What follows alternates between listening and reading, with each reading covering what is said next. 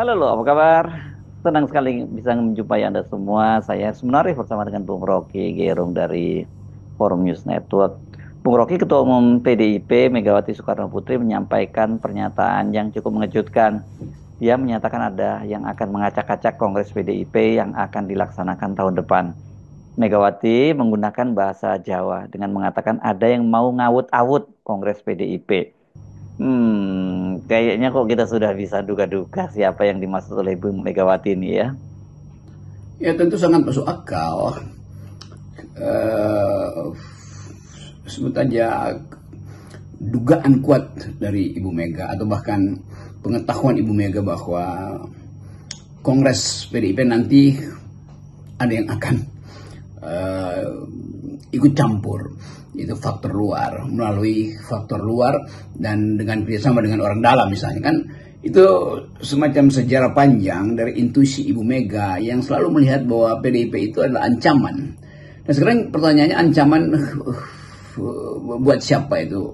PDIP bukan ancaman. PDIP adalah partai resmi yang masuk di dalam kompetisi politik dan beredar dalam era reformasi dan terus-menerus ada di dalam kekuasaan, kadangkala di luar kekuasaan, tetapi kondisi partai itu tetap sehat walafiat. Jadi dia selalu ada di dalam parlemen tuh, dan sekarang dia dominan. Jadi pertanyaan siapa yang khawatir? Ya tentu bukan Megawati yang khawatir, tapi orang di luar Megawati atau orang di luar partai PDIP yang menganggap kalau PDIP membesar maka PDIP akan punya kapasitas untuk mengungkit masa lalu dari beberapa kadernya yang sebetulnya merusak demokrasi dan apalagi merusak Partai Demokrasi dan Perjuangan. Siapa kadernya? Ya pasti Jokowi yang terutama. Jadi Jokowi juga akan berpikir yang sama, daripada dipersoalkan terus oleh PDIP, maka sebaiknya berupaya untuk menghancurkan partai itu sebagai konsekuensi dari proyek Jokowi, yaitu menghancurkan PDIP atau mengambil alih PDIP dengan cara hostile takeover atau mungkin secara diplomatis ingin ada semacam perdamaian dan pertukaran kepentingan. Dan Jokowi pasti akan minta semacam akses yang lebih kuat untuk masuk ke PDIP. Jadi kelihatannya itu yang dibayangkan oleh Ibu Mega, bahwa partainya pasti akan diganggu oleh Jokowi. Gampangnya begitu tuh.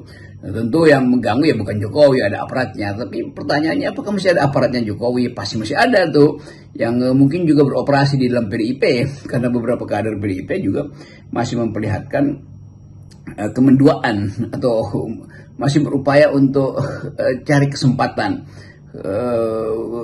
bermanuver di dalam DPP. Kira-kira itu yang terlihat di depan mata atau bahkan di belakang layar kita. Ibu Megawati saya kira punya info yang spesifik dan bukan sekedar bluffing. Kita kan juga sudah hafal lah gayanya ya. Bu Megawati bukan orang yang tipikal seperti itu ya. Dan soal semacam ini, soal mau dikudeta, bahkan sudah dikudeta, itu bukan sesungguhnya bukan satu hal yang baru ya. Ibu Megawati cukup terlatih karena dia mengalami hal yang sama, bahkan lebih mencekam gitu ya pada era Orde Baru. Ya, saya kira Ibu Mega selalu punya sensor karena bertahun-tahun dia ada di dalam kondisi yang menegangkan. Dia pernah mengalami masa ketika partai itu dipinggirkan dengan paksa di era Orde Baru. Jadi masuk akal kalau psikologi Ibu Mega selalu ada dalam keadaan readiness, siap siaga selalu kan. Apalagi karena sampai sekarang kita belum lihat semacam upaya beradab dari Jokowi untuk mengembalikan kartu anggotanya kan. Jadi sangat mungkin juga Pak Jokowi masih menunggu kalau ada sedikit celah, maka keanggotaan dia itu masih bisa menghasilkan dukungan nanti di Kongres nanti kan. Kan politik selalu mesti kita baca sebagai the art of attacking the impossible, bahkan yang nggak mungkin itu dimaksudkan untuk bisa dihitung. Jadi Jokowi sebagai aktor politik sekarang dengan dukungan yang masih terasa, paling nggak persepsi dia masih ada, berupaya juga untuk masuk melalui beberapa pintu di PDIP, entah itu secara personal dengan relasi-relasi individual di dalam partainya atau dengan kekuatan eksternal. Kan tetap Ibu Mega menduga itu, dan dugaan Ibu Mega masuk akal karena sampai sekarang Jokowi nggak mau keluar dari PDIP. Kartu anggota itu nanti akan jadi semacam penanda sebagai hak untuk ikut serta dalam kongres nanti, dan mulai ada gerakan untuk menyodorkan namanya masuk dalam lingkaran PDIP, elit PDIP, lalu tiba-tiba ada gerakan untuk mendukung Jokowi menjadi ketua umum PDIP. Kan itu masuk akal sebagai ambisi dari Presiden Jokowi kan, dari sejak dia ada di dalam kekuasaan, dia pasti secara natural mengincar ke kursi ketua umum PDIP. Jadi itu tidak mungkin kita abaikan faktor itu, dan persiapan-persiapan itu pasti mulai terlihat tuh. Apakah Jokowi masuk partai atau bikin partai sendiri, atau bahkan mengambil partai PDIP Perjuangan. Semua itu kalkulasi dari seorang yang tetap berambisi untuk hadir di dalam politik Indonesia. Nah, kesempatan kita hanyalah untuk melihat sekuat apa sebetulnya naluri Ibu Mega untuk mengetahui bahwa dia sebetulnya masih terancam, dan ancaman itu sangat real karena potensi keributan di dalam partai mungkin mulai sekarang sudah mulai dijalankan oleh pihak-pihak di luar partai. Jadi Mega sedang menguji apakah publik bisa paham bahwa sinyal-sinyal yang hendak memberantakkan PDIP itu betul-betul serius, dan saya kira memang serius, karena tetap dalilnya selama Megawati berkuasa PDIP kuat, maka Jokowi selalu akan terengah-engah atau ada dalam kegelisahan, karena setiap saat perilaku politik yang buruk itu bisa dipersoalkan secara konstitusional oleh PDIP. Sejauh masih Ibu Megawati yang jadi pemimpin, jadi ketua umum, saya kira PDIP masih sangat solid ya. Tapi apakah Anda melihat celah itu untuk pintu masuk mengawut-awut PDIP gitu selama masih ada Ibu Megawati? Saya kira ada yang melihat celah untuk mengaduk-aduk PDIP ya, dengan mulai membentur-benturkan antara putra-putri pengganti Ibu Mega yang ada dalam keluarga dekatnya.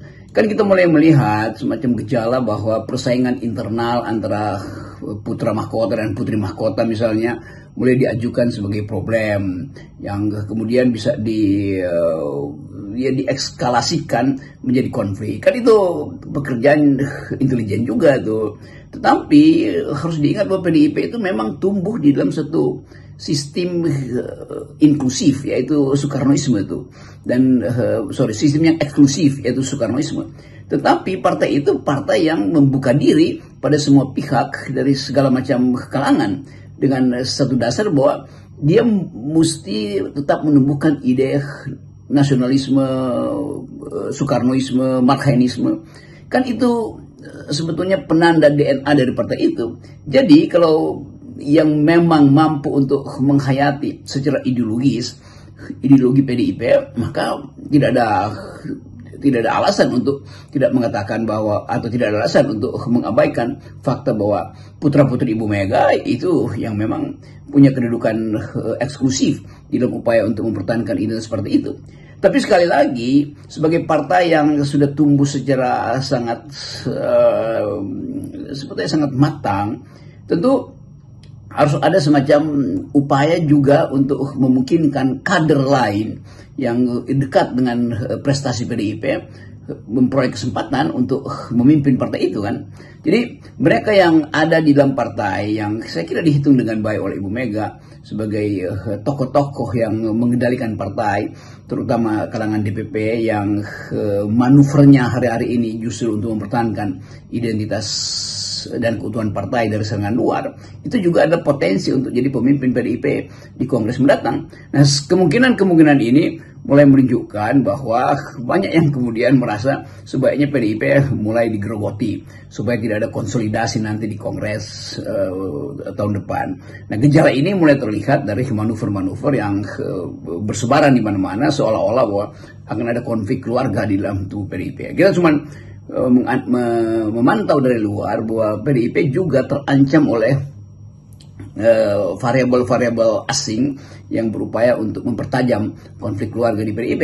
Tapi saya kira Ibu Mega punya semacam wisdom yang ya gampang lah, kalau prinsipnya mami knows better, kira-kira begitu.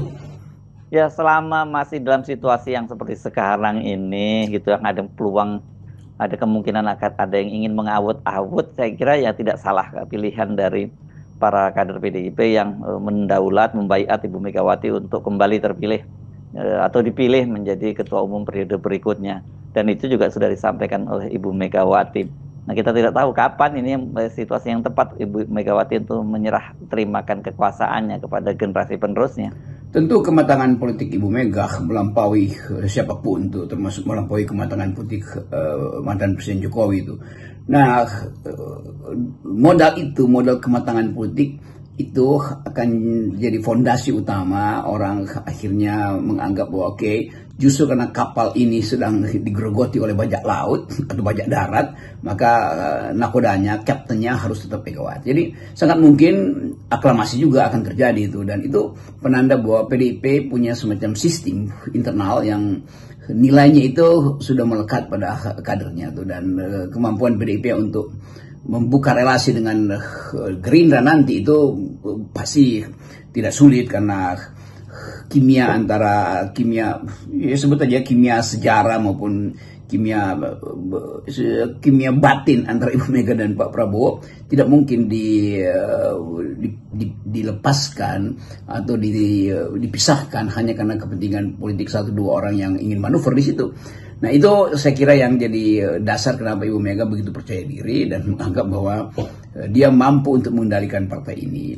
Dan kondisi ke depan, mungkin dalam 100 hari ke depan, pasti akan ada gejolak di dalam kabinet Pak Prabowo, karena tidak mungkin kabinet yang sebesar itu langsung jadi. Tentu Pak Prabowo lagi berupaya mengevaluasi mana yang mesti dipreteli, mana yang mesti diperkuat lagi, mana yang mesti diganti, yang dalam 100 hari udah aus sebetulnya menterinya tuh atau pejabat politiknya tuh. Jadi kita mulai membayangkan bahwa akan ada kongres PDIP yang dalam 1 bulan ke depan sudah pasti akan mempengaruhi opini publik Indonesia. Sementara pada sisi yang lain, kabinet juga akan lakukan manuver-manuver untuk memungkinkan Prabowo melihat mana bagian yang harus diperkuat, mana yang justru harus dibuang dari kabinetnya. Jadi efisiensi yang sedang dilakukan oleh Pak Prabowo itu akan bertemu sebagai isu politik dengan peristiwa tibanya masa kongres PDIP nanti itu. Nah, ini yang menarik untuk kita lihat bagaimana kesulitan ekonomi yang hari-hari ini mulai terasa, bahwa Ibu Sri Mulyani sendiri mengakui ketidakmampuan untuk mengejar pendapatan pajak sehingga APBN dirancang untuk defisit berapa 3.000 triliun itu dasar yang memungkinkan kita percaya atau melihat kembali bahwa keinginan para petualang politik akan tiba di awal tahun depan. Tapi sambil menunggu peristiwa itu, kita pastikan bahwa kehidupan politik tidak boleh lagi didasarkan pada tukar tambah kepentingan di antara elit, dengan akibat bahwa rakyat terpinggirkan dalam proses pembuatan kebijakan. Terima kasih Bung Reki. Ya. Salam akal sehat. Salam akal sehat.